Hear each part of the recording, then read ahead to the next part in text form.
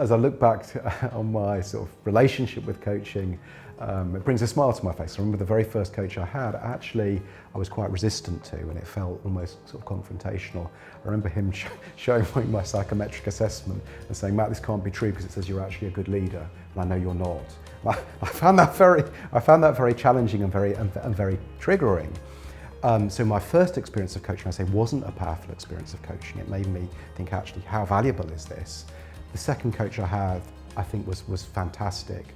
And yeah, it gave me just a new way of seeing the world, a new way of understanding myself, which I would never have had without it. It was deeply transformational. Very early on in my coaching career, where I was working with a very senior woman, on the face of it, she appeared unbelievably successful. In fact, I was in awe of her before I met her.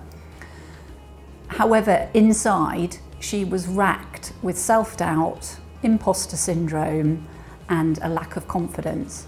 And actually that was holding her back from really taking the next step and really reaching her full potential. And what we were able to do together was a whole load of neuroscience. I helped her to appreciate that her brain and body was doing everything that it was designed to do. She was trying to keep herself safe. But then what we were able to do was really appreciate some of her past.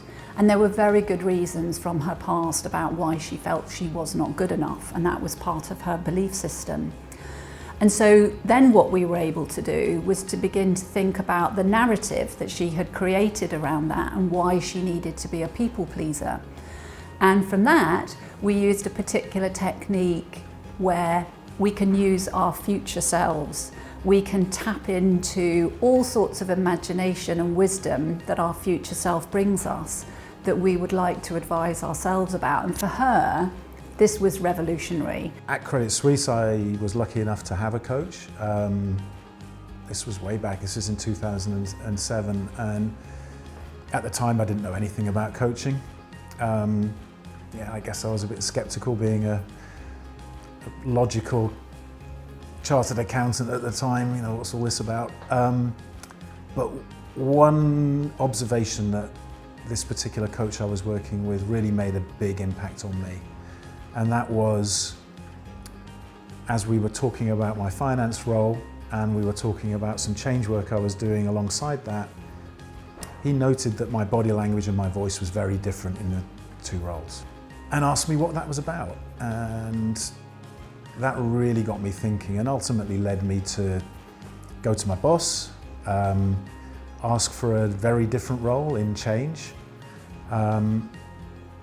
And along a windy path, that's where I ended up, moving into change and moving out to India and setting up an offshore finance function out there. The moment when I think I really saw the power and the transformational power of coaching was in those early days of training. So you would observe coaching often by experts or masters in coaching.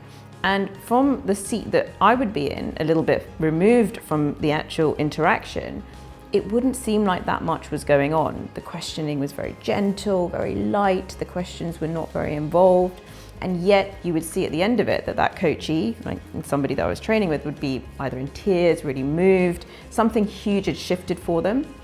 And I was at that point just amazed by how such a light and gentle conversation could provoke and create such powerful shifts. I think the breakthrough came for me when I was coaching someone and they reported that they wanted to grow at work, and yet they felt very constricted and they didn't feel deeply rooted. And I offered them a metaphor, which was, it sounds to me like you're a bonsai tree that needs repotting. How does that sit with you? And they said, yes, that's exactly it. So from there, they were able to create a different perspective for their situation and find their own route through. And at that moment, I thought, right, this is it. It's not about solving the issue. It's about asking a good question or providing a different perspective to take the client in a new direction. The moment that I realised coaching was powerful was when I hired a coach. So my experience of coaching was as a client. I was in the thick of a busy frontline corporate role, high demand front office, intensity of looking after clients, and I think we'd probably label it burnout now. I was probably towards the edge of that, and I was starting to look at other options outside of banking, outside the industry, doing something different. And I hired a life coach who spoke at an event I happened to be at, and I was sceptical. I thought it was all going to be softly white picket fences and imagine your future, and it perhaps was a little bit like that. But what she did that was incredible was saw something that I couldn't see, and that I think is the true skill of a coach. So I was looking everywhere outside for the answer, and she said, "What about a different role at the bank?" And I think my whole body moved, and I thought, what? No one leaves the front line. No one leaves the front line in banking. Nobody does that. So it was an incredible realisation for me, and it was just one very simple question for her. Now I do the same for my clients, and that's how I know coaching's powerful.